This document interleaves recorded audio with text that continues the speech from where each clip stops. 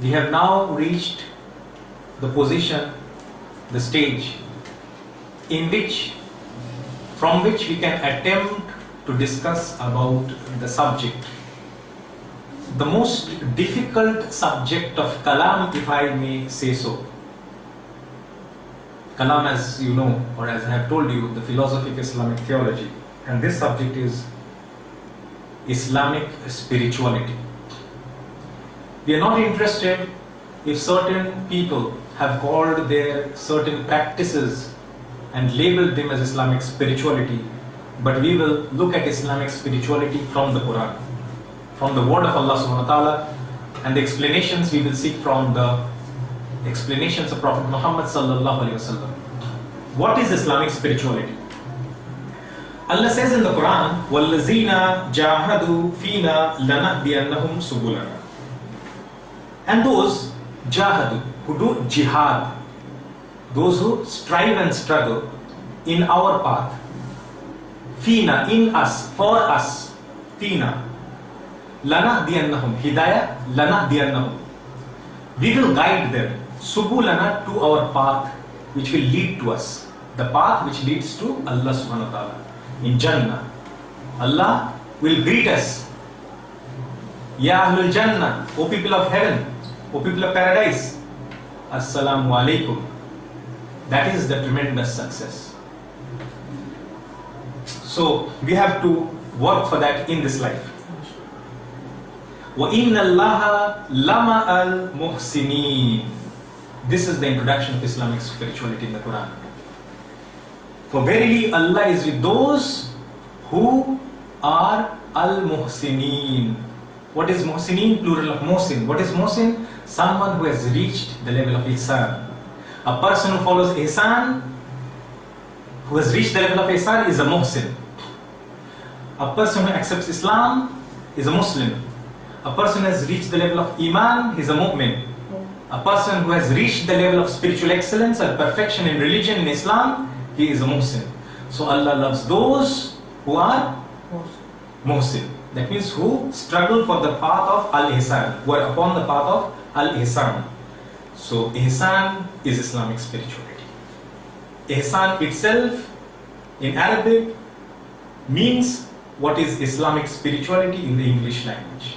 This is the introduction of Islamic spirituality in Islam in the Quran. Now this path will not be an easy path. It will have difficulties. The verse which I recited was Surah Al-Ankabut, chapter number 29, verse number 69. In Surah Hajj, chapter number 22, verse number 76. Afalam yasiru fil ard. Afalam yasiru fil ard. Will they not travel through the earth? Al-earth can be translated in different ways. One of the meanings is earth. Will they not travel through the earth? Why? فَتَكُونَ لَهُمْ قُلُوبٌ يَقِلُونَ بِهَا. So that qulub, the hearts, yaqiluna biha, aql, can attain the understanding. So if they travel through the earth, they will attain the understanding. Aw azanun yasma'una biha, or the heart will have the permission to hear. So the heart can understand and the heart can hear. فَإِنَّهَا لَا تَعْمَى الْأَبْصَارُ وَلَكِنْ تَعْمَى الْقُلُوبُ الَّتِي فِي الصُّدُورِ. Truly, absar, sight. It is not their sight. It is not their sight that is blind. But what is blind? وَلَكِنْ تَعْمَى الْقُلُوبُ الَّتِي فِي الصُّدُورِ. But what is blind is qulub, the heart, فِي الصُّدُورِ, which is in their breasts. This is the explanation of Islamic spirituality. What does it say? Will they not travel through the earth? Why should they travel through the earth? So that their hearts will come alive. If their hearts come alive, they will begin to understand what otherwise others will not be able to understand. And their hearts will hear, the heart can see, and the heart can hear, and the heart can understand. And truly, Allah explains, it is not their sight that is blind. It is not their sight, physical eyesight, the two eyes that are blind. But what is blind is the heart, which is in the breasts. So this is the internal eye. The two eyes, the external eyes. This is the internal eye. So do we have any eye besides the two eyes? Previously, you would have said no. And the universities teach you no, we do not have. But now you know, the Quran tells you, we do have the internal eye. So the heart can see, and the heart can hear, and the heart can understand. The next verse is of fundamental importance. And this will dispel a lot of misconceptions which we have. And this verse is from Surah Araf, chapter number 7, verse number 179. وَلَقَدْ زَرَعْنَا لِجَهَنَّمَ كَثِيرًا مِنَ الْجِنِّ وَالْإِنسِ. Very frightening verse. وَلَقَدْ زَرَعْنَا لِجَهَنَّمَ, for Jahannam, for hellfire. كَثِيرًا, the most of the people. مِنَ الْجِنِّ, among the jinns. وَالْإِنسِ, and among the mankind, humankind. لَهُمْ قُلُوبٌ لَا يَفْقَهُونَ بِهَا وَلَهُمْ عَيْنٌ لَا يُبْصِرُونَ بِهَا وَلَهُمْ آذَانٌ لَا يَسْمَعُونَ بِهَا لَهُمْ قُلُوبٌ لَا يَفْقَهُونَ بِهَا. They have hearts, but they will not understand, but they cannot understand. وَلَهُمْ عَيْنٌ لَا يُبْصِرُونَ بِهَا. They have eyes, but they cannot see. وَلَهُمْ آذَانٌ لَا يَسْمَعُونَ بِهَا. And they have ears, but they cannot hear. For such people, Allah subhanahu wa ta'ala tells them, أُولَٰئِكَ كَالْأَنْعَامِ. They are just like cattle. They're like cattle. They are no longer like men. They're like cattle. Bal madal. No, they are rather more misguided. They're worse than that. Bal madal. They are worse than that. They're worse than cattle. أُولَٰئِكَ هُمُ الْغَافِلُونَ. Truly, these are the people who are heedless. Heedless of what? Of the signs of Allah subhanahu wa ta'ala. When Allah subhanahu wa ta'ala tells that these people are like cattle, and hence they will be thrown into the fire of hell. Why? Because Allah had given them the faculties which they had misused, which they have not used at all. They were supposed to use the faculties, but they have not used the faculties at all. They have decided not to use the faculties at all. And hence, so Allah had given them the qulub, the qalb, but they will not use it for understanding. So it is not that Allah wants to put people in the hellfire. Rather, it is the misdeeds and the wrong usage, or rather the absence of usage of the faculties which Allah subhanahu wa ta'ala had blessed us with. We are supposed to hear, we are supposed to see and hear and understand, but we are not doing that. Hence, these people are rightly punished. There is another verse which we will like to draw your attention to. But before we do that, that is the most important verse of all. But before we do that, a verse from Surah Baqarah, which we all hear and which we all remember, but somehow which we do not seem to understand. Summum bukmun umyun fahum la yarjun. Surah Baqarah chapter number 2 verse number 18. They are deaf, dumb, blind. Fahum la yarjun. So they will not return to the true path. La yarjun, return to where? Return to the true path. In this verse has been discussed after a basic discussion, introduction in the Quran about the Jews and the hypocrites. Do you think the Jews and the hypocrites did not have eyes, did not have mouth, did not have ears, deaf, dumb, blind, can't see, can't speak, deaf, can't hear, can't speak and can't see? Do the Jews and the the Jews and the hypocrites, did they not have these faculties? The external faculties? The Jews are human beings, are not strange creatures. And the hypocrites are human beings, are not strange creatures. So did they have the faculties or not? Yes. Still Allah subhanahu wa ta'ala says, deaf, dumb, blind. Is it referring to the external faculties? No, the internal. This is spirituality in Islam. Who will teach us spirituality in Islam? Unfortunately, there are no more teachers who can teach us the subject. What is the meaning? What is the purpose of giving this verse? This has to be related to the verses which we have introduced you in our session on Islamic spirituality. And now finally we come to the session. As I said, this is a vast subject. There is no end to the subject. But if we have to draw to a conclusion, we have to do it with this verse from Surah Nur, chapter number 24, verse number 35, where Allah says, Allahu nuru samawati wal ard. One of my favorite verses. Allahu nuru samawati wal ard. Let me drag the explanation a bit, or maybe we can drag the explanation in the next session also. Let me give the basic explanation. Samawat and ard, it cannot be translated very easily. Translation can be done. We will do the translation inshallah. But here in most of the translations you will find the heavens and the earth, which is not the actual or correct translation. So here is Allah is the light of the heavens and the earth. A better translation is Allah encompasseth the totality of the nur of the samawat and the earth. We will discuss what is samawat and earth later. As of now, Allah encompasses the totality of the nur of the samawat and the earth. For your ease of understanding, let us put it this way. We do not prefer the translation heavens and the earth. It does not give us the correct interpretation. Okay. So let us for our timing assume that it is the totality of the creation which we are supposed to know, or which we are supposed to be aware, which we are supposed to be made aware of. Allah encompasses the totality, His nur encompasses the totality of the creation. And in this verse, a little later, in the same verse, the continuation, it says, Yahdillahu li nurihi man yasha. Allah guides to His light whomsoever He wishes. So without the nur of Allah, there is no possibility of acquiring Jannah. Allah guides with His nur, to His nur, whomsoever He wishes. What is nur? What is nur? Is this the physical light we are talking about? Is the physical light? Is the physical light required for our understanding? Is the physical light required for internal seeing? No. Just as we cannot see with this light, similarly the heart cannot see with the nur. And the nur cannot be obtained from the stock market. Nur cannot be obtained from Spencer. And the nur cannot be obtained from anyone except from Allah subhanahu wa ta'ala. What is Iman? Strange things, huh? We are hearing these for the first time.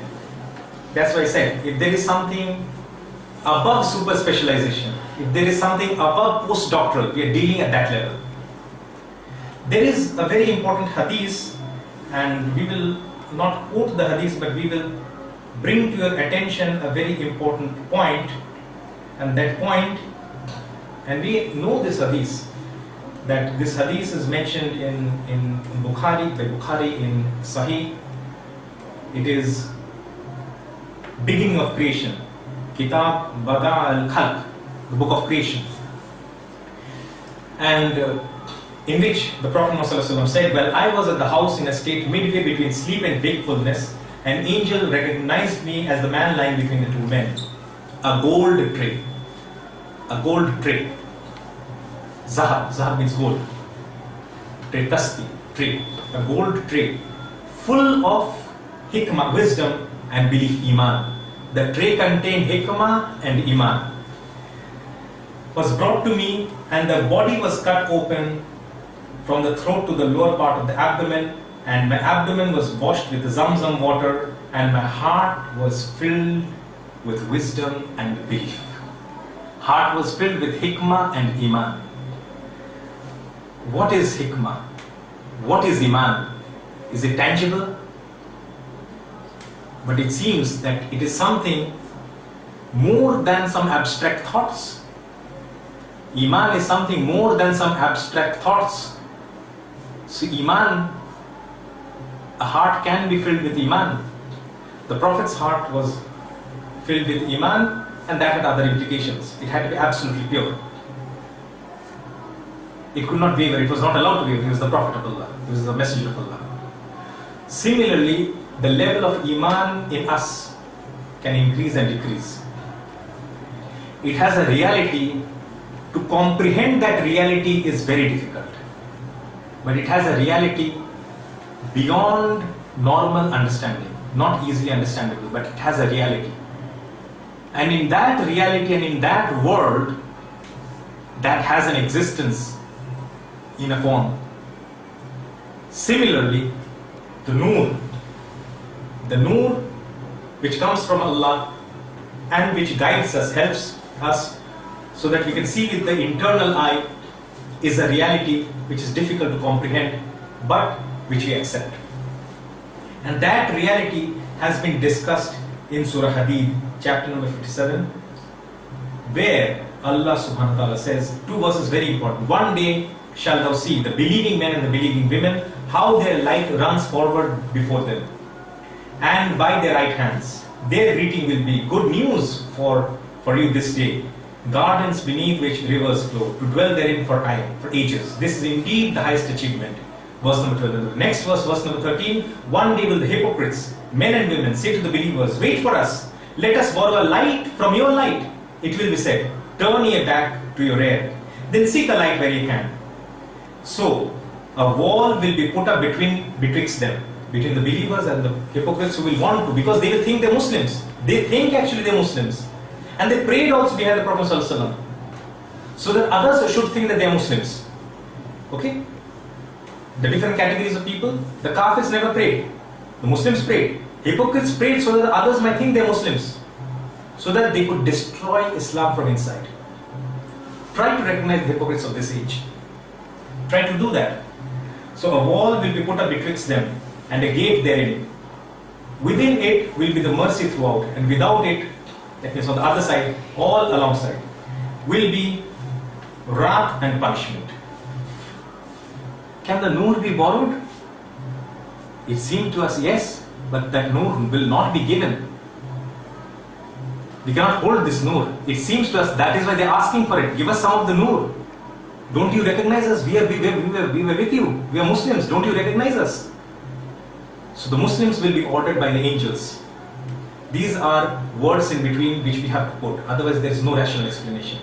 The Muslims are telling something, so they are being told by the angels to tell them. Turn your back. Just as you turned your back towards us in the life, in the world. You turned towards us so that others, that we might think that you are Muslims. Not because of Allah. So turn your back and see if your kafir friends and kafir friends and helpers can do you any favor. When they will turn their back, the wall will be put. Inside the wall there will be mercy, on the other side will be punishment. So it seems to us, Noor can be transmitted, but it will not be allowed. These are reality which are very difficult to understand. And hence I said, the subject of Islamic spirituality is the most difficult subject of Kalam.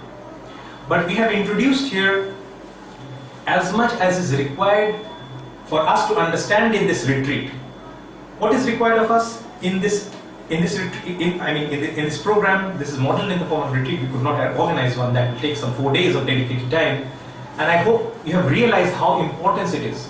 So if we have some time in the future, we should spend some time together. Maybe 4 days, maybe a week, not an issue. Take leave from office, don't go to vacation, attend a program. In the form of retreat. Don't go to conferences and do some clapping and be happy. Organizer happy, speaker happy, you are happy. That doesn't have any benefit. Okay. So much so for the Islamic spirituality. So if you have that Noor, by the way, that Noor cannot come to you even with a PhD from Al-Azhar University or the Islamic University of Medina. That Noor can come not with degrees but only as a grace and mercy from Allah subhanahu wa ta'ala. Once you have that Noor, you will have the penetrating capacity, because these eyes cannot recognize. The whole world is looking at the tall buildings, cannot recognize the reality of the modern age, that this modern age is the last stage, cannot recognize. But only a person whose heart has been filled with Noor, so that he has reached the level of Ihsan, will be able to decode the reality of modern age. Why do we need to decode? I am telling you again and again. Because we are without the Prophet. And this is a time where the approach of the hour is close. Know once again and once for all, and preserve it in your memory. Before 1932, this prophecy had not been fulfilled. In the last 10-20 years, this prophecy had not been fulfilled.